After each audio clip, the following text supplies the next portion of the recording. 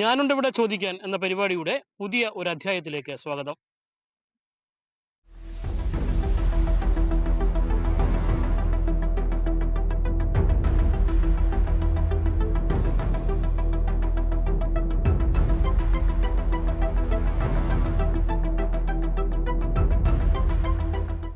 സ്വന്തമായി ഒരു ഗ്രൗണ്ട് ഇല്ലെങ്കിലും പുനലൂർ നഗരസഭയിൽ നിന്നും ഒളിമ്പിക്സിലും പാരാ ഒളിമ്പിക്സിലും വരെ താരങ്ങൾ പങ്കെടുത്തിട്ടുണ്ട്. നടത്ത മത്സരത്തിന് ദേശീയ റെക്കോർഡ് വരെ സ്ഥാപിച്ച ഒരു നാടാണ് പുനലൂര്. ഇതാണ് നമ്മുടെ പുനലൂരിലെ ഈ ഗ്രൗണ്ടിന്റെ സ്ഥിതി. പുനലൂർ നഗരസഭയുടെ സ്റ്റേഡിയമാണിത്. ഏഹ് ഒരു വയലായിരുന്ന സ്ഥലം വർഷങ്ങൾക്ക് മുമ്പ് സ്റ്റേഡിയത്തിനായി നിരത്തി പരുവത്തിലാക്കിയതാണ്. പക്ഷേ ആധുനിക നിലവാരത്തിലുള്ള ഒരു ഇൻഡോർ സ്റ്റേഡിയം ഇവിടെ സജ്ജമാക്കുമെന്ന് നഗരസഭ നിരവധി തവണ പറഞ്ഞിരുന്നെങ്കിലും ഇതുവരെയും അത് നടപ്പിലാക്കാൻ കഴിഞ്ഞില്ല. നിലവിൽ പുനലൂരുകാർക്ക് കായിക പരിശീലനത്തിനായി ഒരിടമില്ല. ആ ഇടമില്ലാത്ത സാഹചര്യത്തിലാണ് ഒരു ഇൻഡോർ സ്റ്റേഡിയം അടിയന്തരമായി വേണം എന്നൊരാവശ്യം പരിഗണിച്ച് കഴിഞ്ഞ ഭരണസമിതിയുടെ കാലത്ത് തറക്കല്ലിട്ട് നിർമ്മാണം പൂർത്തിയാക്കി 1.5 വർഷം മുമ്പ് നിർമ്മാണം പൂർത്തിയാക്കിയ ഇൻഡോർ സ്റ്റേഡിയമാണ് എൻ്റെ പുറകിലായി കാണുന്നത്. 1.5 വർഷം കഴിഞ്ഞെങ്കിലും ഇതുവരെയും ഈ സ്റ്റേഡിയം തുറന്നു കൊടുക്കാൻ സാധിച്ചിട്ടില്ല. സ്കൂൾ തലം മുതൽ നിരവധി കായിക താരങ്ങളെ വാർത്തെടുത്തിട്ട പുനലൂര് ഒരു ഗ്രൗണ്ട് ഇല്ല എന്നുള്ളൊരു പരിമിതി നമുക്ക് എല്ലാവർക്കും അറിയാം. അങ്ങനെ ഇരിക്കുമ്പോഴാണ് വോളിബോൾ, ബാസ്കറ്റ് ബോൾ ഉൾപ്പെടെയുള്ള മത്സരങ്ങൾ നടത്തുവാനും അതിലെ പ്രതിഭകൾക്ക് പരിശീലനം നൽകുവാനും പുതിയ താരങ്ങളെ കണ്ടെത്തുവാനുമായിട്ട് ഏകദേശം 6 കോടിയോളം രൂപ ചെലവഴിച്ച് ഒരു ഇൻഡോർ സ്റ്റേഡിയം നിർമ്മിച്ചത്. ആ സ്റ്റേഡിയത്തിന്റെ അവസ്ഥ ഇങ്ങനെയായി. എങ്ങനെയാണ് ഇനി നമുക്കിതൊന്ന് പുനരുജ്ജീവിപ്പിക്കാൻ പറ്റുക? രാഷ്ട്രീയ പ്രതിനിധികൾ എന്ന നിലയിൽ നിങ്ങളൊക്കെ നഗരസഭയുമായി ബന്ധപ്പെടുമ്പോഴും ചോദിക്കുമ്പോഴും എന്തൊക്കെയാണ് അവരിൽ നിന്ന് ലഭിക്കുന്ന മറുപടികൾ? നമുക്കറിയാം, ഏകദേശം ഒരു 5.5 കോടി രൂപ മുതൽ മുടക്കിൽ 2020 ജൂണിൽ തുടങ്ങി 2.5 വർഷക്കാലം പൂർത്തിയാക്കി ഈ ബിൽഡിങ്ങിന്റെ ഉദ്ഘാടനം നടക്കുമ്പോൾ ലക്ഷങ്ങൾ മുടക്കിക്കൊണ്ട് ഉദ്ഘാടനം നടത്തിക്കൊണ്ട് അവര് ഈ കൊട്ടി ആഘോഷിച്ചുകൊണ്ട് നടക്കുന്നതല്ലാതെ ഇവിടുത്തെ കായിക പ്രേമികളെ സഹായിക്കാൻ എന്നുള്ള രീതിയിൽ തുടങ്ങിയിട്ട് ഇത് ശരിക്കും പറഞ്ഞാൽ ഈ 2025 എത്തി നിൽക്കുമ്പോൾ ഇത് വെറുതെ സാമൂഹ്യ ആൾക്കാർക്ക് അവരുടെ ഒരു ഇടത്താവളമായി മാറിയിരിക്കുന്ന ഒരവസ്ഥയാണ് നമ്മുടെ മുന്നിൽ കണ്ടുവരുന്നത്. ശരിക്കും ഇവര് ഈ ഭരണസമിതിയിലുള്ള അഭിപ്രായ വ്യത്യാസങ്ങൾ കാരണമാണ് ഇതിങ്ങനെ മുടങ്ങിക്കിടക്കുന്നതെന്നാണ് ഞങ്ങൾക്ക് മനസ്സിലാക്കുവാൻ സാധിച്ചിട്ടുള്ളത്. ഈ ഈ ഈ ബിൽഡിങ്ങിന് ഇതുവരെ ലൈസൻസ് പോലും കിട്ടിയിട്ടില്ല എന്നാണ് നമുക്ക് മനസ്സിലാക്കുവാൻ സാധിക്കുന്നത്. കാരണം ഇതൊരു ഭൂമി തരം മാറ്റി എടുക്കുവാൻ സാധിച്ചിട്ടില്ല. കാരണം ഇത് വയലിലാണ് വെച്ചേക്കുന്നത്. അതുപോലെ തന്നെ നമ്മുടെ ഈ സ്റ്റേഡിയത്തിന് ഇവിടെ ബാക്കിയുള്ള ക്രിക്കറ്റ് മത്സരങ്ങളൊക്കെ നടക്കുന്ന സമയത്ത് ഇതിനകത്തൂടെ മാത്രമേ വഴിയുള്ളൂ. അപ്പം സാങ്കേതികപരമായിട്ട് ഒരുപാട് പ്രശ്നങ്ങൾ ഈ സ്റ്റേഡിയവുമായി ബന്ധപ്പെട്ടുണ്ട്. അതൊന്നും പരിഹരിക്കാതെ ഇതിന് വേണ്ടുന്ന പ്രോപ്പറായിട്ടുള്ള ഒരു വഴി പോലും കൊടുക്കാതെയാണ് ഇങ്ങനെ ഒരു ഇൻഡോർ സ്റ്റേഡിയം ഇവിടെ നിർമ്മിച്ചിട്ടുള്ളത്. ഒരുപാട് പ്രമുഖരായിട്ടുള്ള കായിക താരങ്ങളുള്ള ഒരു സ്ഥലമാണ് പുനലൂരിൽ. ക്രിക്കറ്റ് ആകട്ടെ, ഏത് തരത്തിലുള്ള സ്പോർട്സ് ആകട്ടെ, ഷട്ടിൽ ആകട്ടെ, ബാഡ്മിന്റൺ ആകട്ടെ, വോളിബോൾ ആകട്ടെ, ഏത് തരത്തിൽ പരിശോധിച്ചാലും അവിടെയൊക്കെ പുനലൂരിൽ നിന്നുള്ള സാന്നിധ്യം നമ്മളെ വളരെ വലിയ രീതിയിലുള്ള കായിക പ്രേമികളും അതോടൊപ്പം തന്നെ കായിക താരങ്ങളും ഉള്ള ഒരു സ്ഥലമാണ് പുനലൂർ. ശരിക്കും പറഞ്ഞു കഴിഞ്ഞാൽ ഈ ഒരു ഭരണസമിതി ഈ 5 വർഷം പൂർത്തിയാക്കുമ്പോൾ അവരുടെ പ്രകടന പത്രികയിൽ സ്ഥിരമായി വന്നു പോകുന്ന ഒരു സംഭവമാണ് ഈ ഇൻഡോർ സ്റ്റേഡിയം. അതോടൊപ്പം തന്നെ അവർക്ക് ഇതുമായി ബന്ധപ്പെട്ടുകൊണ്ട് അവരുടെ ഭരണപക്ഷത്തിലുള്ള പടലപ്പിണക്കങ്ങൾ കാരണമാണ് ഇങ്ങനെ ഈ സ്റ്റേഡിയം ഇവിടെ നിലച്ച് ഈ സ്റ്റേഡിയത്തിന്റെ അവസ്ഥ ഇങ്ങനെ പരിതാപകരമായ രീതിയിൽ നിൽക്കുന്നത്. ഇത് ശരിക്കും പറഞ്ഞു കഴിഞ്ഞാൽ ഇതിന്റെ ഒരു അവസ്ഥ മുന്നിൽ കണ്ടുകൊണ്ട് അടിയന്തരമായി ഇതുമായി ബന്ധപ്പെട്ടുകൊണ്ട് സംസ്ഥാന ഗവൺമെന്റ് ഉൾപ്പെടെയുള്ള MLA ഉൾപ്പെടെയുള്ള ആളുകൾ ഇടപെടണം. അങ്ങനെ ഇടപെട്ടാലും ഇത് ഈ ഭരണസമിതി ഇരിക്കുമ്പോൾ ഇത് നടക്കുമെന്നുള്ള പ്രതീക്ഷ ഞങ്ങൾക്കില്ല. ഉദ്ഘാടനം കഴിഞ്ഞതിന് ശേഷം ഇന്ന് നമ്മൾ ഇവിടെ നിൽക്കുന്ന ഈ സമയം വരെ ഇതിന്റെ ജനറേറ്റർ ഉൾപ്പെടെയുള്ള എല്ലാ സാധനങ്ങളും നശിച്ചുകൊണ്ടിരിക്കുകയാണ്. ഇതുമായി ബന്ധപ്പെട്ടുകൊണ്ട് ഒരു പരിശോധന നടത്താൻ പോലും നമ്മുടെ ഈ പുനലൂർ മുനിസിപ്പാലിറ്റിയുടെ അധികാരികൾ വരുന്നില്ല. ഇത് ശരിക്കും പറഞ്ഞു കഴിഞ്ഞാൽ ഇത്രയും 5.5 കോടി രൂപ നശിപ്പിച്ച് കളയുകയാണ് ഈ മുനിസിപ്പാലിറ്റി. കിഫ്ബി ഫണ്ടിനെ കുറിച്ച് ഇദ്ദേഹം പറഞ്ഞതുപോലെ നമ്മുടെ താലൂക്ക് ആശുപത്രിയിലൊക്കെ മനോഹരമായ ബിൽഡിങ്ങുകളൊക്കെ വന്നിട്ടുണ്ടെങ്കിലും അവിടുത്തെ പ്രവർത്തനങ്ങളൊക്കെ അത് ഈ ഒരു വിഷയം അല്ലെങ്കിൽ പോലും ഞാനൊന്ന് പറഞ്ഞു പോവുകയാണ്. അതും നമ്മളൊന്ന് പരിശോധിക്കണം. അവിടെയും ഈ ഭരണസമിതിയുടെ കഴിഞ്ഞ 5 വർഷക്കാലമായി ഈ ഭരണസമിതി തികഞ്ഞ പരാജയമെന്നാണ് ഇതിനെല്ലാം ഞങ്ങൾക്ക് പറയാനുള്ളത്. കണ്ണൂർ നഗരസഭയുടെ ഏറ്റവും വലിയ ശാപമാണത്. ഒരു കൺസ്ട്രക്ഷൻ വർക്കുകളും ഒരു വിശാലമായ കാഴ്ചപ്പാടുകൂടി ഒരു നല്ല ഭംഗിയുള്ള രൂപകൽപ്പനയോടെ ചെയ്യുന്ന ഒരു രീതി നമ്മുടെ ഈ നഗരസഭയ്ക്കില്ല. അത് 1971 മുതൽ ഇന്ന് വരെയും കാണുന്നത് അത് തന്നെയാണ്. എല്ലാം തട്ടിക്കൂട്ട് പരിപാടികളാണ്. ഉദാഹരണത്തിന് പുനലൂരിനോടൊപ്പം തന്നെ നഗരസഭയായ തൊടുപുഴയും തിരൂരും ഒക്കെ 71 നഗരസഭയായതാണ്. അവിടത്തേക്ക് വികസനം കാണുമ്പോൾ, അവിടത്തേക്ക് ഒരു ടേക്ക് എ ബ്രേക്കിന്റെ പോലും ഡിസൈൻ കാണുമ്പോൾ, തിരൂർ റെയിൽവേ സ്റ്റേഷനിൽ ഒരു ടേക്ക് എ ബ്രേക്ക് ഉണ്ട്. നമ്മുടെ നാട്ടിലുണ്ട് ടേക്ക് എ ബ്രേക്ക്. ഇത് നഗരസഭയുടെ നേതൃത്വം ചെയ്യുന്നതാണ്. ഇവിടെ നിന്ന് ഒരു മുനിസിപ്പൽ സെക്രട്ടറിയാണ് അവിടെയും പോയിരുന്നത്. പക്ഷെ കാര്യങ്ങൾ വരുമ്പോൾ തൊടുപുഴയെയും തിരൂരിനെയൊക്കെ അപേക്ഷിച്ച് എത്രയോ പിന്നിൽ. ഈ അടുത്ത കാലത്ത് മുനിസിപ്പാലിറ്റിയായ കൊട്ടാരക്കര, പരവൂര്, കരുനാഗപ്പള്ളിയൊക്കെ അപേക്ഷിച്ചും കൊല്ലം ജില്ലയിലെ ആദ്യത്തെ മുനിസിപ്പാലിറ്റിയായ പുനലൂര് ഇപ്പോഴും ആ ശിലായുഗ രീതിയിലാണ് കാര്യങ്ങൾ നീങ്ങുന്നത്. യാതൊരുവിധ പരിഷ്കാരവും ഇതുവരെയും വന്നിട്ടില്ല. കെട്ടിടങ്ങളൊക്കെ കണ്ടാൽ പ്രാകൃത രീതിയിലുള്ള നിർമ്മാണ രീതി. ഇത് വല്ലാത്തൊരു ഗതികേടാണ്. നമ്മുടെ ഈ ഇൻഡോർ സ്റ്റേഡിയം പറയുകയാണെങ്കിൽ തന്നെയും ഏകദേശം നിർമ്മാണം ഉദ്ഘാടനം കഴിഞ്ഞിട്ട് തന്നെ ഇപ്പോൾ 6-7 വർഷത്തോളമായി. ഉദ്ഘാടനം കഴിഞ്ഞിട്ട് തന്നെ 2 വർഷമായി. 6 കോടി രൂപയാണ് ചെലവഴിച്ചത്. ഇതുവരെയും അതൊന്ന് തുറന്നു കൊടുക്കാൻ സാധിച്ചില്ല എന്ന് പറഞ്ഞു കഴിഞ്ഞാൽ അത് വളരെയധികം വിഷമം ഉണ്ടാക്കുന്ന കാര്യമല്ല. തീർച്ചയായിട്ടും കഴിഞ്ഞ 2023 ജൂൺ 14 ഇതിന്റെ ഉദ്ഘാടനം നിർവഹിച്ച കേരളത്തിന്റെ ബഹുമാനിയായ കായിക വകുപ്പ് മന്ത്രി വി അബ്ദുറഹ്മാനാണ്. അദ്ദേഹം പങ്കെടുത്ത ആ യോഗത്തിൽ മുസ്ലിം ലീഗിന്റെ പ്രതിനിധിയായി ഔദ്യോഗികമായി എനിക്കും ക്ഷണമുണ്ടായിരുന്നു. ഞാനും പങ്കെടുത്തതാണ്.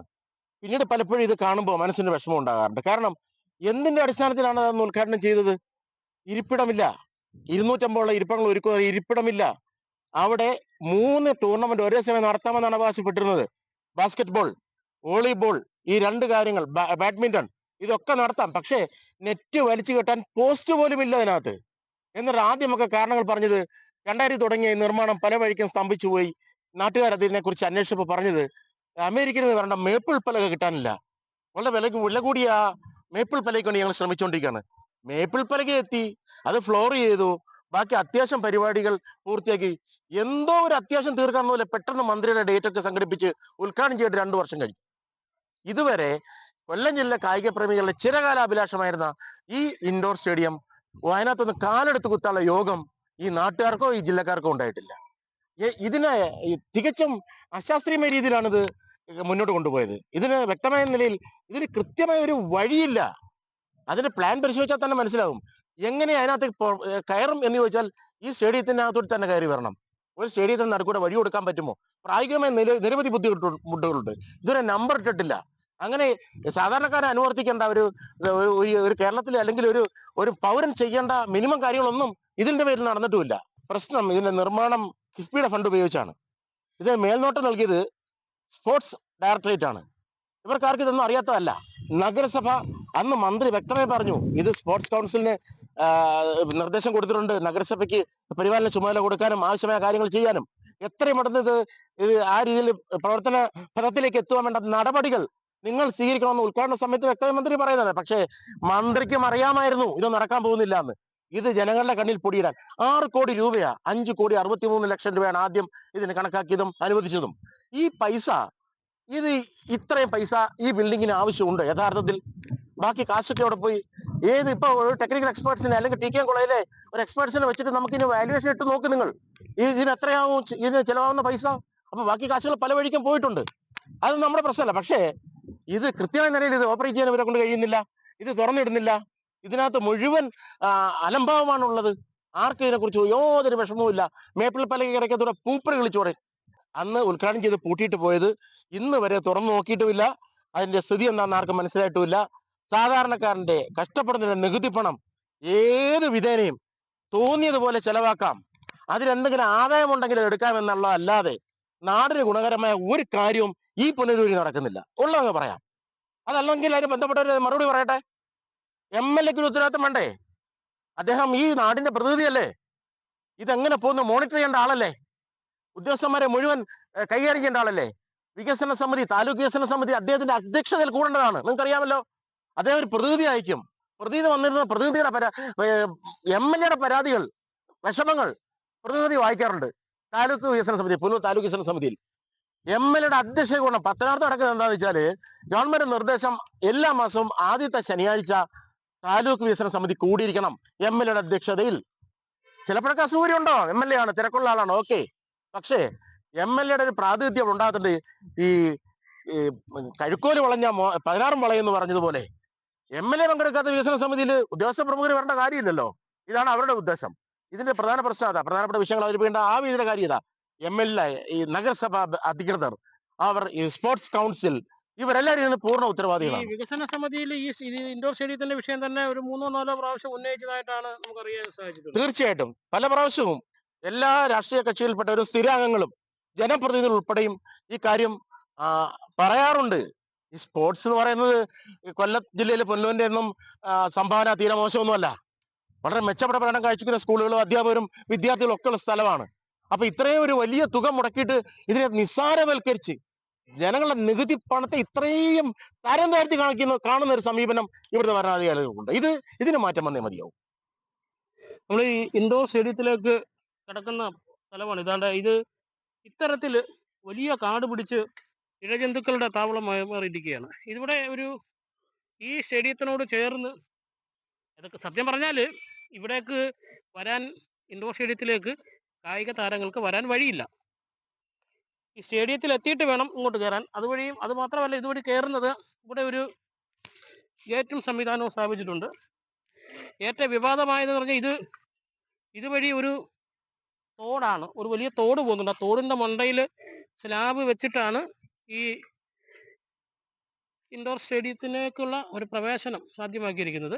ഈ സ്ലാബിന്റെ അടിയിൽ ഒരു 6 അടിയോളം വീതിയുള്ള ഒരു തോടാണുള്ളത്. ഇത് നിർമ്മാണം പൂർത്തിയാക്കി ഏതാണ്ട് 1.5 വർഷം കഴിഞ്ഞു. ഇപ്പോൾ ഉദ്ഘാടനം കഴിഞ്ഞു കിടക്കുകയാണ്. ചുറ്റുപാട് മൊത്തം കാട് മൂടി ഇഴജന്തുക്കളുടെ താവളമായിരിക്കുന്ന ഒരവസ്ഥയാണ്. ജനറേറ്റർ സംവിധാനമുണ്ട്. അത് തുറസായ സ്ഥലത്തിരിക്കുകയാണ്. ഏത് നിമിഷവും തകർന്നു പോകാവുന്ന ഒരവസ്ഥയിലാണ്. ഇതാണ് സ്ഥിതി. ഇതുമായി ബന്ധപ്പെട്ട വിഷയങ്ങൾ ചർച്ച ചെയ്യാനാണ് കായിക രംഗത്തെയും രാഷ്ട്രീയ സാമൂഹ്യ രംഗത്തെയും പല പ്രമുഖ വ്യക്തികളും എത്തിയിരിക്കുന്നത്. നമുക്ക് ആ വിഷയത്തിലേക്ക് കിടക്കാം.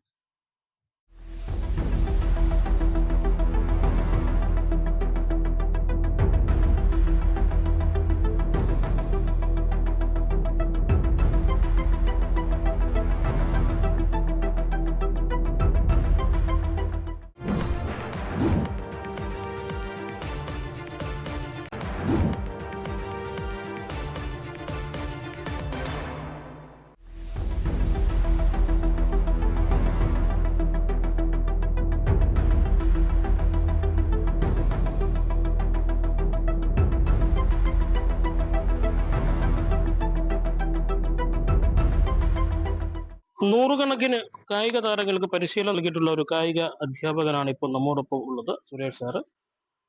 നിരവധി വർഷങ്ങളായി പുനലൂരിന്റെ കായിക മേഖലയിൽ സജീവമാണ്. ഒരു ഗ്രൗണ്ടിന്റെ ആവശ്യകത, ഒരു ഇൻഡോർ സ്റ്റേഡിയത്തിന്റെ ആവശ്യകത ഏറ്റവും കൂടുതൽ അറിയാവുന്ന ഒരാൾ കൂടിയാണ്. ഈ ഇൻഡോർ സ്റ്റേഡിയം ഉദ്ഘാടനം കഴിഞ്ഞ് 1.5 വർഷം കഴിഞ്ഞപ്പോഴും ഇതിങ്ങനെ മതിയോ? പുനലൂരിലെ കായിക താരങ്ങൾക്കുണ്ടാകുന്ന ബുദ്ധിമുട്ടുകൾ എന്ന് പറയുന്നത് വർഷങ്ങൾക്ക് മുമ്പ് തന്നെ നമ്മൾ പല വേദികളിലും സംസാരിച്ചിട്ടുള്ളതാണ്. ഒന്ന്, നമ്മുടെ കുട്ടികൾ ഓട്ടത്തിലെല്ലാം മുൻപന്തിയിലാണ് 90 മീറ്റർ വരെ. അതിനുശേഷം 10 മീറ്ററാണ് നമ്മൾ ലാഗ് ചെയ്യുന്നത്. എന്തുകൊണ്ടെന്നാൽ നമുക്ക് ആകെയുള്ള ഒരു ഗ്രൗണ്ട് എന്ന് പറഞ്ഞാൽ അക്കരെ ബോയ്സ് സ്കൂൾ ഗ്രൗണ്ടാണ്. ഈ ഗ്രൗണ്ടിൽ 90 മീറ്ററാണ് പരമാവധി ഉള്ള ദൂരം എന്ന് പറയുന്നത്. അപ്പം അങ്ങനെയുള്ള ഒരുപാട് കായിക താരങ്ങളെ സംഭാവന ചെയ്ത ഒരു സ്ഥലമാണ് പുനലൂർ. ഞാൻ ഒരു ദേശീയ ബാസ്കറ്റ്ബോൾ പ്ലെയറാണ്. ഇതുപോലെ തന്നെ എൻ്റെ ആയിട്ട് ബന്ധപ്പെട്ട എൻ്റെ ആ ഫീൽഡിൽ ഉണ്ടായിരുന്ന, അല്ലെങ്കിൽ ആ സമയത്തുണ്ടായിരുന്ന ഒരുപാട് കായിക താരങ്ങൾ നിരാശരാണ് എന്ന് തന്നെ തീർച്ചയായിട്ടും പറയാം. ഇപ്പോൾ ഏറ്റവും വലിയ ഉദാഹരണം എന്ന് പറഞ്ഞാൽ നമുക്കൊരു മുനിസിപ്പൽ സ്റ്റേഡിയം ഉണ്ടായിട്ടുണ്ടെന്നുള്ളതാണ്. ആ സ്റ്റേഡിയത്തിന് നിരാശ എന്താണെന്ന് ചോദിച്ചു കഴിഞ്ഞാൽ അവിടെ ഇപ്പോൾ എന്തിനാണ് ഉപയോഗിക്കുന്നത് പുനലൂരിലെ നാട്ടുകാരായ എല്ലാ സുഹൃത്തുക്കൾക്കും അറിയാവുന്നതാണ്. ഞങ്ങളൊക്കെ വളരെ വിഷമത്തോടുകൂടി പല വേദികളിലും പ്രതികരിച്ചിട്ടുള്ളതാണ്. നമ്മുടെ സ്റ്റേഡിയം ഇപ്പോൾ ഉപയോഗിക്കുന്നത് എല്ലാ വർഷവും ഓണം ഫെസ്റ്റ് നടത്താൻ ഉപയോഗിക്കുന്നു. അതുപോലെ തന്നെ വല്ല പ്രാർത്ഥനകൾക്കോ ഇങ്ങനെയൊക്കെ എന്തെങ്കിലുമൊക്കെ കാര്യങ്ങൾക്കാണ്. പിന്നെ എന്താണ്, മോട്ടോർ വെഹിക്കിളിന്റെ ഡിപ്പാർട്ട്മെന്റുകൾക്ക് തൊട്ടിപ്പുറത്തോട്ട് മാറി അവർക്ക് കുറച്ച് ട്രെയിനിങ് കൊടുക്കാൻ വേണ്ടിയോ അല്ലെങ്കിൽ ടെസ്റ്റ് നടത്താൻ വേണ്ടിയൊക്കെ ഉപയോഗിക്കുന്നു. ഇതെന്തുകൊണ്ടാണ് ഇത്രയും വർഷങ്ങളായിട്ട് പുനലൂരിനെ ഇങ്ങനെ ഒരു അവഗണനയിലേക്ക് നീക്കുന്നത്? സർക്കാരായാലും കൊള്ളാം, മുനിസിപ്പാലിറ്റി ആയാലും കൊള്ളാം, മറ്റ് ഏത് മേഖലയാണെന്ന് ഞാൻ ആരെയും കുറ്റപ്പെടുത്തുന്നില്ല. പക്ഷേ ഇതൊന്നും പോരാ, പുനലൂരിൽ ഇതൊന്നും പോരാ. നമ്മുടെ കായിക താരങ്ങൾ ഇപ്പം തന്നെ നമുക്കൊരു സെങ്കൂരിറ്റി സ്കൂൾ പോലുള്ള ജയേന്ദ്ര സാറിന്റെ സ്കൂളുകൾ, അങ്ങനെ ഒരുപാട് നമുക്ക് വളരെ വേണ്ടപ്പെട്ട ഒരുപാട് സ്ഥാപനങ്ങൾ പുനലൂരുണ്ട്. ദേശീയ ലെവലിൽ തന്നെ 5ഉം 6ഉം ഗോൾഡ് മെഡലുകൾ വാങ്ങിച്ച വ്യക്തിത്വങ്ങൾ പുനലൂരിലുണ്ട്. ഇവരെല്ലാം കളിയാക്കുന്ന രീതിയിലാണ് ഇപ്പോഴത്തെ പോക്കെന്നാണ് എൻ്റെ വ്യക്തിപരമായ അഭിപ്രായം. അത് എന്റെ ഉദാഹരണമാണ് ഇൻഡോർ സ്റ്റേഡിയത്തിന്റെ ഇപ്പോഴത്തെ അവസ്ഥ. ഇൻഡോർ സ്റ്റേഡിയം, അതെ സാറേ, ഇൻഡോർ സ്റ്റേഡിയം നമുക്കറിയാം 5.5 കോടി രൂപ ചെലവാക്കി നിർമ്മിച്ച ഒരു സ്റ്റേഡിയമാണത്, അല്ല ഒരു ഇൻഡോർ സ്റ്റേഡിയമാണത്. എന്തുകൊണ്ടാണ് ഇത് തുറന്നു കൊടുക്കാത്തത്? അതിന് 1.5 വർഷമായി സമയം. ഉദ്ഘാടനം മാമാങ്കം മന്ത്രിയൊക്കെ വന്ന് ഉദ്ഘാടനം ചെയ്ത് ആ വേദിയിൽ ഞാൻ ഉണ്ടായിരുന്നു. പക്ഷേ ഇത്രയും വർഷങ്ങളായിട്ട് ഞാൻ പോലും എന്നോട് പിന്നെ CBSEയുടെ ആയിട്ട് ബന്ധപ്പെട്ട് മത്സരം നടത്താൻ വേണ്ടി ഞാൻ ബഹുമാനപ്പെട്ട മുനിസിപ്പൽ അതോറിറ്റിയുമായിട്ട് ബന്ധപ്പെട്ടും പറഞ്ഞു, സാറേ അത് ഇതുവരെ റെഡി ആയിട്ടില്ല എന്ന് പറയുന്നു. ഇന്നേ വരെ തുറന്നു കൊടുത്തിട്ടില്ല. ഒരുപാട് കായിക താരങ്ങൾക്ക് പ്രയോജനം ചെയ്യുന്ന ഒന്നാണിത്. എന്താണ്, ബാഡ്മിന്റൺ ആയാലും കൊള്ളാം, ബാസ്കറ്റ് ബാളിന്, വോളിബോളിനോ, ഇങ്ങനെയൊക്കെയാണ് ഒരുപാട് കായിക താരങ്ങളെ പ്രോത്സാഹിപ്പിക്കേണ്ട, പരിശീലനം കൊടുക്കേണ്ട ഒരു വേദിയാണത്. പക്ഷേ അതൊന്നും തുറന്നു കൊടുക്കുന്നില്ല. അതെന്താണ്, എവിടെയാണ് അതിന്റെ ബുദ്ധിമുട്ടെന്നുള്ളത് നമുക്ക് ഇപ്പോഴും മനസ്സിലാവുന്നില്ല. അതുകൊണ്ടൊക്കെ ഞങ്ങളെല്ലാം പൂർണ്ണമായിട്ടും നിരാശരാണെന്നുള്ളതിന് യാതൊരു തർക്കവും. അപ്പൊ ഇങ്ങനൊരു പ്രതികരണം ആവശ്യപ്പെട്ട ബഹുമാനപ്പെട്ട ഇതിന്റെ ചാനലിന്റെ ആൾക്കാരോട് വളരെ നന്ദി പറയാണ്. കാരണം വേറെ എങ്ങും നമുക്ക് ഇതിന്റെ പരാതി പറയാനില്ലാത്തതിനാൽ ഇതൊരു വലിയൊരു പ്രതികരണമായി തന്നെ, ഒരു നിരാശയായി തന്നെ, എന്നെ പോലുള്ള അധ്യാപകരാണ്, ഞാനിപ്പോൾ 30 വർഷത്തോളം കോളേജിൽ അധ്യാപകനായിരുന്നു. അതുപോലെ തന്നെ നമുക്ക് പുല്ലൂര് സന്തോഷ് സാർ ഉൾപ്പെടെ ഉള്ളവരുണ്ട്. എനിക്ക് വളരെ പ്രിയപ്പെട്ട ഒരുപാട് പേരുണ്ട് മേഖലയിൽ. പുല്ലൂർ എസ് എൻ കോളേജിലെ കുട്ടികൾ, ഇങ്ങനെ ഒരുപാട് മേഖലയിലുള്ള ആൾക്കാരുണ്ട്.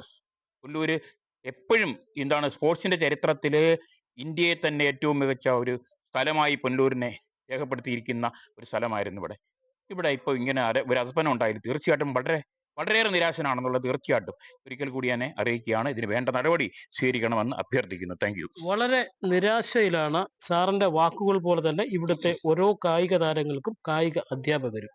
അതുകൊണ്ട് അടിയന്തരമായി ഇവരുടെയൊക്കെ വാക്കുകൾ കേട്ടില്ല എന്ന് നടിക്കാതെ നഗരസഭ ഭരണകർത്താക്കൾ, സംസ്ഥാന സർക്കാർ അടിയന്തരമായി ഇൻഡോർ സ്റ്റേഡിയം തുറന്നു നൽകാനുള്ള നടപടി കൂടി സ്വീകരിക്കണം. നഗരസഭയുടെ ഈ നിഷേധാത്മക നിലപാടിനെതിരെ നിങ്ങൾ പ്രതിഷേധം ഉയർത്തുമ്പോൾ എന്താണ് നഗരസഭയുടെ ഭാഗത്തു നിന്നുള്ള മറുപടി? ഇത്രത്തോളം ഉദാസീനമായ മറുപടികൾ മറ്റൊരു വിഷയങ്ങളിൽ ഉണ്ടാകാറില്ല. 2023 ജൂൺ മാസം 14-ാം തീയതി സംസ്ഥാന കായിക മന്ത്രി ശ്രീ വി അബ്ദുറഹ്മാൻ വന്ന് ഉദ്ഘാടനം നടത്തിയ ഇൻഡോർ സ്റ്റേഡിയം 2025 ജൂലൈ മാസം പിന്നിടുന്ന അവസരത്തിലും അന്ന് ഉദ്ഘാടന വേളയിൽ പൂട്ടിയ പൂട്ട് ഇതുവരെ തുറന്നിട്ടില്ല എന്നുള്ളതാണ് യാഥാർത്ഥ്യം. അമേരിക്കയിൽ നിന്നും ഇറക്കുമതി ചെയ്ത മേപ്പിൾ പലകളൊക്കെ സ്ഥാപിച്ചുകൊണ്ട് ആധുനിക രീതിയിൽ നിർമ്മിച്ച ഈ ഇൻഡോർ സ്റ്റേഡിയം പുനലൂരിലെ കായിക സ്വപ്നങ്ങളെ താലോലിക്കുന്നതാണ് എന്ന് പറഞ്ഞെന്ന് മാത്രവുമല്ല, പുനലൂരിൽ നിന്ന് ഒളിമ്പ്യന്മാരെ സൃഷ്ടിക്കൂ എന്നുള്ള കടന്ന കൈ വരെ പറഞ്ഞ ആളുകളാണ് അതിന്റെ പൂട്ടൊന്ന് പിന്നീട് തുറക്കാത്തതിനാൽ അത് തുരുമ്പിച്ച അവസ്ഥയിൽ നിൽക്കുന്നത്. യഥാർത്ഥത്തിൽ പുനലൂരിൽ 5.25 കോടി രൂപ ചിലവഴിച്ച ഒരു ഇൻഡോർ സ്റ്റേഡിയം നാമാവശേഷമാക്കി ആളുകൾക്ക് ഉപയോഗപ്രദമല്ലാത്ത രീതിയിലാക്കി മാറ്റിയിരിക്കുകയാണ് ഈ സാഹചര്യം. നിലവില് ഇതിന്റെ ആ ഒരു സ്ഥലമെടുപ്പ് തന്നെ ഒരു വിവാദമായിരുന്നല്ലോ. ആ വിവാദത്തിൽ നിന്നും തുടങ്ങി ഈ ലക്ഷങ്ങൾ, കോടികൾ ഇങ്ങനെ അനാവശ്യമായിട്ട് ചിലവഴിക്കുമ്പോൾ നഗരസഭയുടെ ഒരു സ്ഥിരം പരിപാടിയായി മാറിയിരിക്കുകയാണോ? BTR രേഖകളിൽ നെൽവയൽ എന്ന് രേഖപ്പെടുത്തിയിട്ടുള്ള ഭൂമിയാണ് അന്ന് ഇതിനു വേണ്ടി എടുത്തത്. നഗരസഭ ആയതുകൊണ്ട് അത് നികത്താൻ സാധിച്ചു, അവിടെ കെട്ടിടം നിർമ്മിക്കുന്നതിനൊക്കെ സാധിച്ചു. എന്നാൽ അതിന്റെ ഭൂമി തരം മാറ്റലേക്ക് ആവശ്യമായ നടപടികൾ സ്വീകരിക്കുന്നതിന് ബന്ധപ്പെട്ട അധികാരികൾക്ക് കഴിഞ്ഞിരുന്നില്ല. അത് തരം മാറ്റുകയും ആ കെട്ടിടത്തിന് ഒക്കുപ്പൻസി സർട്ടിഫിക്കറ്റ്, ഏറ്റവും ഗുരുതരമായിട്ടുള്ള കാര്യം, ആ കെട്ടിടത്തിന് ഒക്കുപ്പൻസി സർട്ടിഫിക്കറ്റ് ലഭ്യമായിട്ടില്ല. ആ കെട്ടിടത്തിന് നമ്പർ ഇട്ട് കൊടുക്കാൻ സാധിച്ചിട്ടില്ല. അവിടെ വൈദ്യുതി കണക്ഷന് വേണ്ടി ട്രാൻസ്ഫോമർ വെച്ചു, അവിടെ 10-15 ലക്ഷം രൂപ വിലയുള്ള ജനറേറ്റർ കൊണ്ടുവച്ചു. ഇതൊക്കെ ഉപയോഗപ്രദമല്ലാതെ പോയി നശിച്ച് നാമാവശേഷമായിക്കൊണ്ടിരിക്കുന്നു. ജനറേറ്റർ 10-15 ലക്ഷം രൂപ വിലയുള്ള ജനറേറ്റർ അവിടെ കൊണ്ടുവച്ച് അത് തുരുമ്പിച്ച് പൊയ്ക്കൊണ്ടിരിക്കുക. ചുറ്റും കാട് കയറി അതിനകത്ത് പ്രാവ് ഉൾപ്പെടെയുള്ള ജീവികൾ, പക്ഷികൾ വന്ന് അതിനകത്ത് കൂട് കെട്ടി താമസിക്കുന്ന ഒരു അവസ്ഥയാണ് നിലവിലുള്ളത്. നിലവില് എന്ത് സാങ്കേതിക തടസ്സമാണ് ഇതുമായി ബന്ധപ്പെട്ട് നഗരസഭ അധികൃതർ പറയുന്നത്? നമ്മള് പലപ്പോഴായിട്ട് ചോദിച്ചെങ്കിലും വ്യക്തമായ ഒരു മറുപടി അവർ തന്നിട്ടില്ല. പ്രതിപക്ഷ നേതാവെന്ന നിലയിൽ താങ്കൾക്ക് എന്തെങ്കിലും തരത്തിലുള്ള അറിവുകളുണ്ടോ? അല്ല, മറുപടി അവർക്ക് ഒന്നും പറയാനില്ലാത്തത് കൊണ്ടാണ്. എല്ലാം ഇത്തവണ ചോദിക്കുമ്പോഴും ഈ നാളെ തന്നെ മുനിസിപ്പൽ കൗൺസിലിൽ ചർച്ച വെച്ചിരിക്കുകയാണ്.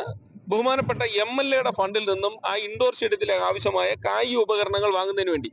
അതിൽ ഗ്യാലറി ഇല്ല, എവിടെ ഇരുന്ന് ആളുകൾ കളി കാണും? അല്ലെങ്കിൽ അവിടെ വോളിബോൾ ഒക്കെ നടത്തണമെങ്കിൽ അതിനൊക്കെ ആവശ്യമായ സാധനങ്ങൾ സ്ഥാപിക്കേണ്ടതുണ്ട്, അതൊന്നും ചെയ്തിട്ടില്ല.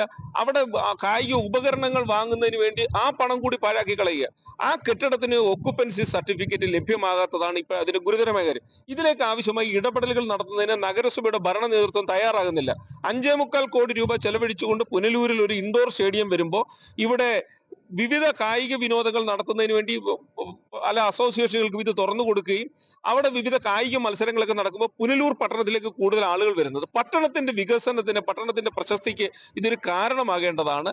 എന്നാൽ ഇതിനെ നാമാവശേഷമാക്കുന്ന നടപടിയാണ് നഗരസഭയുടെ ഭാഗത്തുനിന്ന് ഉണ്ടായിക്കൊണ്ടിരിക്കുന്നത്. അല്ല, നിലവില് ഒരു ഇൻഡോർ സ്റ്റേഡിയം എന്ന് പറയുമ്പോൾ നമ്മുടെ മനസ്സിലൊക്കെ ഒരു സങ്കല്പം ഉണ്ടാവും. ഒരു മത്സരം നടക്കുമ്പോൾ അതിന് ചുറ്റും വരുന്ന ആൾക്കാർക്ക് കാണാനുള്ള സംവിധാനവും അങ്ങനെയൊക്കെ ഉണ്ടാവും. പക്ഷെ ഇതൊരു പ്ലെയിൻ തറയും 3 കോർട്ട് വരച്ചിട്ടുണ്ട്. അത് എന്തൊക്കെ തരത്തിലുള്ള കോർട്ടുകളാണെന്ന് പോലും നമുക്ക് മനസ്സിലാക്കാൻ പറ്റാത്ത ഒരു സ്ഥിതിയാണ്. ഒരു ശുദ്ധ തട്ടിപ്പെന്ന് തന്നെ പറയാൻ പറ്റുമോ? തട്ടിപ്പെന്നല്ല, എനിക്കൊരു ഉപദേശം നഗരസഭയോട് പറയാനുള്ളത്. ഇതിന്റെ ഉദ്ഘാടന വേളയിൽ ബഹുമാനപ്പെട്ട മന്ത്രിയോട് ഉദ്ഘാടന വേദിയിൽ വെച്ച് ഞാൻ പറഞ്ഞിട്ട് നഗരസഭ ഇത് ഏൽപ്പിക്കരുത്. കേരളം കണ്ടതിൽ ഏറ്റവും പിടിപ്പുകെട്ട ഭരണ സംവിധാനമുള്ളതാണ് പുനലൂർ നഗരസഭ. ഇവരെ ഇത് ഏൽപ്പിക്കരുത്, സ്പോർട്സ് കൗൺസിലിനെ ഏൽപ്പിക്കണം. അവരത് കേൾക്കാതെ നഗരസഭയെ ഏൽപ്പിച്ചു. ഇപ്പൊ നഗരസഭ ചെയ്യേണ്ടത് കുറച്ച് വാങ്ങിച്ച് അവിടെ വരുന്ന ആളുകൾക്ക് തറയിലിരുന്ന് പായയിലിരുന്ന് കളി കാണുന്നതിനുള്ള ഒരു സൗകര്യം ഒരുക്കി കൊടുക്കണം. ഗോലി കളിക്കാനുള്ള ഒരു സൗകര്യം ഉണ്ടാക്കി കൊടുക്കണം, അല്ലെ ചീട്ട് കളിക്കാനുള്ള സൗകര്യം. അങ്ങനെ എന്തെങ്കിലും ഇത് മാത്രമേ നടക്കുകയുള്ളൂ. അവിടെ അതല്ലാതെ ഈ നിലവിലുള്ള സാഹചര്യത്തിൽ അവിടെ ഗാലറി പണിയാതെ വിവിധ സ്പോർട്സിന്റെ ഇപ്പം ബാസ്കറ്റ് ബോൾ ആണ് അതിന്റെ റിംഗ് ഉൾപ്പെടെയുള്ള സാധനങ്ങൾ പണിയണം. അതൊന്നും പണിയാതെ അവിടെ കായിക പ്രേമികൾക്ക് വേണ്ടി ഇത് തുറന്നു കൊടുക്കുമെന്ന് പറയുന്നത് ആളുകളെ കബളിപ്പിക്കാനാണ്. നഗരസഭയുടെ ഈ ഭരണസമിതിയുടെ കാലഘട്ടത്തിൽ നടക്കുമെന്ന് നമുക്ക് തോന്നുന്നില്ല എന്നുള്ളതാണ് യാഥാർത്ഥ്യം. നിലവിൽ നമ്മൾ എടുത്തിട്ടുള്ള ദൃശ്യങ്ങൾ, നമ്മൾ കാണിക്കുന്ന ദൃശ്യങ്ങളിൽ നിന്നും വളരെ വ്യക്തമാണ്. അത് ഒന്നിനും ഉപയോഗിക്കാൻ കഴിയാത്ത നിലയിലാണ് ഇപ്പോഴത്തെ അവസ്ഥ. ഇപ്പോൾ അവിടെ സാമൂഹ്യ വിരുദ്ധരും ഇഴജന്തുക്കളും മദ്യപന്മാരും തമ്പിടിച്ചിരിക്കുന്നു എന്നുള്ളതാണ് ഏറ്റവും വലിയ ഗുണം. ഈ സമീപ ഭാവിയിലെങ്കിലും ഇതൊന്ന് തുറന്നു കിട്ടാൻ സാധ്യതയുണ്ടോ? അറിയില്ല, നമുക്ക് ദൈവത്തോട് പ്രാർത്ഥിക്കാൻ മാത്രമേ കഴിയുള്ളൂ. പുനലൂർ നഗരസഭ ആയതുകൊണ്ട് നമുക്കൊന്നും പറയാൻ കഴിയില്ല. ഈ നഗരസഭ ഓഫീസിൽ വാങ്ങിച്ച കസേര സംരക്ഷിക്കാൻ കഴിയാത്ത ആളുകൾ, ആ കസേര പോലും പണം കൊടുത്ത് വാങ്ങുന്നതിന് വേണ്ടിയുള്ള ബോധമില്ലാത്ത ആളുകൾ ഇൻഡോർ സ്റ്റേഡിയം ഇപ്പൊ തുറന്നു തരുമെന്ന് പറഞ്ഞാൽ പുനലൂർ പട്ടണത്തിലുള്ള 52,000-ലധികം വരുന്ന ജനങ്ങൾ വിശ്വസിക്കില്ല. മറ്റുള്ള ആളുകളെ പറഞ്ഞ് കബളിപ്പിക്കൽ മാത്രമേ നടന്നുകൊണ്ടിരിക്കുന്നുള്ളൂ. നടക്കണമെന്നാണ്, ഇത് തുറന്നു കൊടുക്കണമെന്നാണ് ഞങ്ങൾ ആഗ്രഹിക്കുന്നത്, പ്രതീക്ഷിക്കുന്നത്, ഞങ്ങൾ ആവശ്യപ്പെടുന്നത്. നഗരസഭയുടെ മുടങ്ങിപ്പോയ പട്ടികയിൽ ഒന്നുകൂടെ. അതെ, അപ്പൊ ഒന്ന് വൺ ബൈ വൺ ആയിട്ട് ഒന്ന് പറയാമെങ്കിൽ പ്രേക്ഷകർക്ക് മനസ്സിലാവും മുടങ്ങിയതുമായ കാര്യങ്ങൾ. ഏറ്റവും പ്രധാനമായിട്ട് നഗരസഭ ഓഫീസിനോട് ചേർന്ന് 7 നില വ്യാപാര സമുച്ചയം, ആ കെട്ടിടത്തിന് വേണ്ടി 5.5 കോടി രൂപ ചെലവാക്കി. 2017 നവീകരണ പ്രവർത്തനങ്ങൾ ആരംഭിച്ചതാ. 2025 ജൂലൈ മാസം പിന്നിടുമ്പോഴും അത് ആ അവസ്ഥയിൽ തന്നെ നിൽക്കുകയാണ്. ഈ ഇൻഡോർ സ്റ്റേഡിയത്തിന് സമീപത്ത് തന്നെയാണ് ടൗൺ ഹാൾ. രാജഗോപാലൻ നായർ എന്ന് പറയുന്ന പുനലൂരിലെ പരിണതപ്രജ്ഞനായ നേതാവ്, KPSCയുടെ സ്ഥാപകനായിരുന്ന രാജഗോപാലൻ നായർ സാറിന്റെ പേരിൽ ടൗൺ ഹാൾ നിർമ്മിക്കുന്നതിന് വേണ്ടി 5 നിർമ്മാണോദ്ഘാടനങ്ങളും 3 ശിലാസ്ഥാപനം നടത്തിയ 1,65 ലക്ഷം രൂപ ചെലവാക്കി കമ്പി മാത്രം അവിടെ കുഴിച്ചിട്ടിട്ട് നിർത്തിയിരിക്കുക. മാർക്കറ്റിന് സമീപത്തായിട്ട് 95 ലക്ഷം രൂപ ചെലവാക്കിക്കൊണ്ട് മത്സ്യ മാർക്കറ്റിന് വേണ്ടി ഒരു കെട്ടിടം നിർമ്മിച്ചു, അത് പാഴാക്കി കളഞ്ഞു. അങ്ങനെ എണ്ണിയാലൊടുങ്ങാത്ത നമ്മുടെ തൊളിക്കോട് ശ്മശാനം എന്ന് പറയുന്നത് 2018 നിർമ്മാണ പ്രവർത്തനങ്ങൾ പൂർത്തീകരിച്ചു, വലിയ നവീകരണ പ്രവർത്തനങ്ങൾ പൂർത്തീകരിച്ചു. പുനലൂരുള്ള പാവപ്പെട്ട ആളുകളുടെ മൃതശരീരം സംസ്കരിക്കാനുണ്ടായിരുന്നതാ. അത് ഉപേക്ഷിച്ച് ആരിപ്പം മൃതശരീരം സംസ്കരിക്കണമെങ്കിൽ തെമ്മലയിലോ കൊല്ലം പോളയത്തോടോ ഒക്കെ കൊണ്ടുപോകേണ്ട അവസ്ഥയാണ്.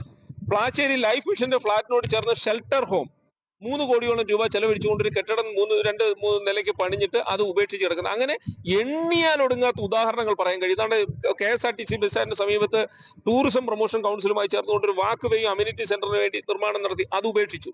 അങ്ങനെ പുനലൂർ പട്ടണത്തിൽ പിടിപ്പുകേടിന്റെ പ്രതീകമായി ഒരു ഭരണ സംവിധാനം പൊയ്ക്കൊണ്ടിരിക്കുക. അവർക്ക് എന്താണ് ചെയ്യുന്നതെന്ന് അവർക്ക് ഇതേക്കുറിച്ചൊരു ധാരണയില്ല. അവർക്ക് തോന്നിയതുപോലെ അവർ ചെയ്തുകൊണ്ടിരിക്കുന്നു. ആരും ചോദിക്കാനും പറയാനും ഇല്ലാത്ത അവസ്ഥയിലാണ്. നാഥനില്ല കളരിയായിട്ടാണ് പുനലൂർ നഗരസഭ പോകുന്നത്. തുടക്കത്തിലെ ഒടുങ്ങിപ്പോയ പട്ടികയിൽ നമ്മുടെ ഇൻഡോർ സ്റ്റേഡിയവും പെട്ടിരിക്കുന്നു എന്നാണ് പ്രതിപക്ഷം നമ്മൾ വളരെ വ്യക്തമായിട്ട് പറയുന്നത്. ഇത് തന്നെയാണ് സ്ഥിതി എന്ന് വേണം നമുക്ക് മനസ്സിലാക്കുവാൻ. ഇപ്പം പുനലൂരിനെ സംബന്ധിച്ചിടത്തോളം രാജ്യാന്തര തലത്തിലും ദേശീയ തലത്തിലും ഒട്ടേറെ കായിക താരങ്ങളെ സംഭാവന ചെയ്ത നാടാണ് പുനലൂര്. ഈ ഇൻഡോർ സ്റ്റേഡിയത്തിന്റെ നിർമ്മാണ ഉദ്ഘാടനം നടന്നത് കഴിഞ്ഞ കൗൺസിലിന്റെ കാലഘട്ടത്തിലാണ്. കഴിഞ്ഞ LDF സർക്കാരിന്റെ കാലഘട്ടത്തിലാണ് ഇത് നിർമ്മാണ ഉദ്ഘാടനം ആരംഭിച്ചത്. അതിനുശേഷം പിന്നെ കോവിഡ് വന്ന് അപ്പം 2 വർഷത്തോളം ഏതാണ്ട് പണി സ്തംഭന നിലയിലായിരുന്നു. കോവിഡ് സമയത്ത് യഥാർത്ഥത്തിലെ നിർമ്മാണം ഒട്ടുമേ നടന്നില്ലെന്ന് പറയാം. അതിനുശേഷം തീർച്ചയായിട്ടും അപ്പൊ ആ സമയത്ത് നിർമ്മാണ പ്രവർത്തനങ്ങൾ കൂടുതലായിട്ട് നടക്കാനായിട്ട് സാധിച്ചില്ല. യഥാർത്ഥത്തിൽ നിർമ്മാണ പ്രവർത്തനം നടന്നില്ല. അപ്പൊ അതിനുശേഷം 2023 ജൂലൈ മാസത്തിലാണ് ഇത് ഔപചാരികമായി ഉദ്ഘാടനം നടത്തിയത്. ഇതിന്റെ നിർമ്മാണ ചുമതല കിറ്റ്കോയ്ക്കാണ്. ഫണ്ട് നൽകിയത് നമ്മുടെ കിഫ്ബിയാണ്. അതുപോലെ തന്നെ ഇതിന്റെ ടെക്നിക്കൽ കമ്മിറ്റി എത്ര കോടി രൂപയായിരുന്നു? എനിക്ക് തോന്നുന്നു 6.5 കോടി രൂപയാണ് ഞാൻ മനസ്സിലാക്കുന്നത്. 6.5 കോടി രൂപയാണ് നമുക്ക് ഈ ഇൻഡോർ സ്റ്റേഡിയം പണിയുന്നതിന് വേണ്ടി ലഭിച്ചിട്ടുള്ളത്.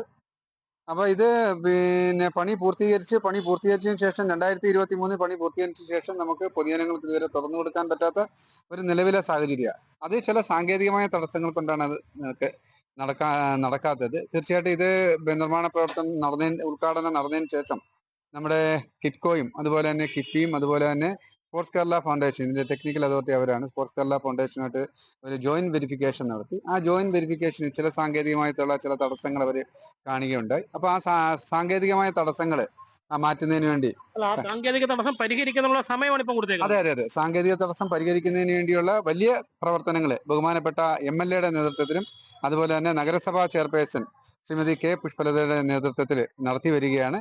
അപ്പൊ എന്തായാലും ഇത് ബഹുമാനപ്പെട്ട MLA 10 ലക്ഷം രൂപ സ്പോർട്സ് ഉപകരണങ്ങൾ മേടിക്കുന്നതിന് വേണ്ടി 10 ലക്ഷം രൂപ അനുവദിച്ച് 10 ലക്ഷം രൂപ തരാമെന്ന് സമ്മതിച്ചിട്ടുണ്ട്. അപ്പൊ അതുമായി ബന്ധപ്പെട്ട് അത് നടപ്പിലാക്കുന്നതിന് വേണ്ടിയുള്ള ഒരു അടിയന്തര കൗൺസിൽ നാളത്തേക്ക് വെച്ചിരിക്കുകയാണ്.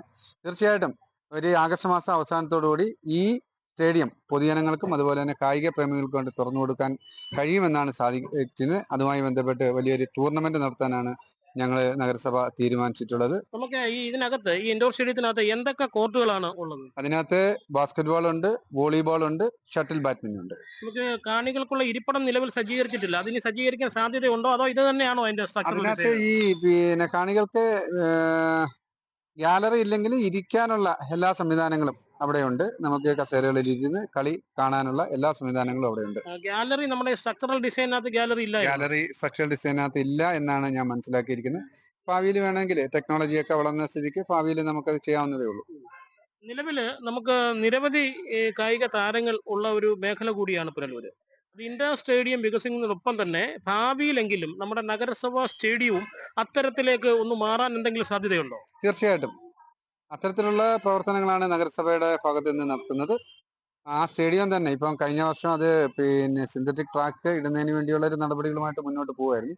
പക്ഷേ സ്ഥലത്തിന്റെ ചില അപര്യാപ്തത കാരണം അത് പൂർണ്ണമായിട്ട് നടപ്പാക്കാൻ സാധിച്ചില്ല. വരും കാലങ്ങളിൽ അത് നഗരസഭയെ സംബന്ധിച്ചിടത്തോളം ഏറ്റവും വലിയൊരു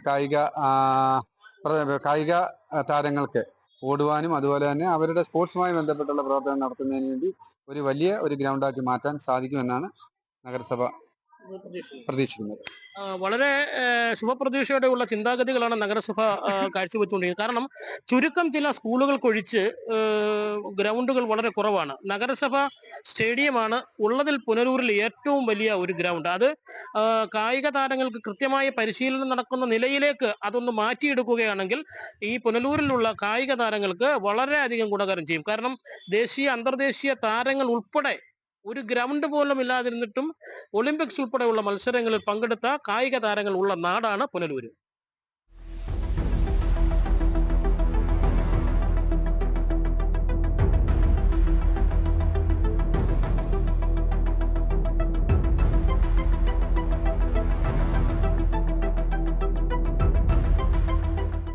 ഒരു ഗ്രൗണ്ട് ഇല്ലെങ്കിലും ഇൻഡോർ സ്റ്റേഡിയം ഇല്ലെങ്കിലും പുനലൂരിന്റെ പേര് കായിക ഭൂപടത്തിൽ എഴുതി ചേർക്കുവാൻ ഇവിടുത്തെ കായിക താരങ്ങൾക്ക് കഴിഞ്ഞു.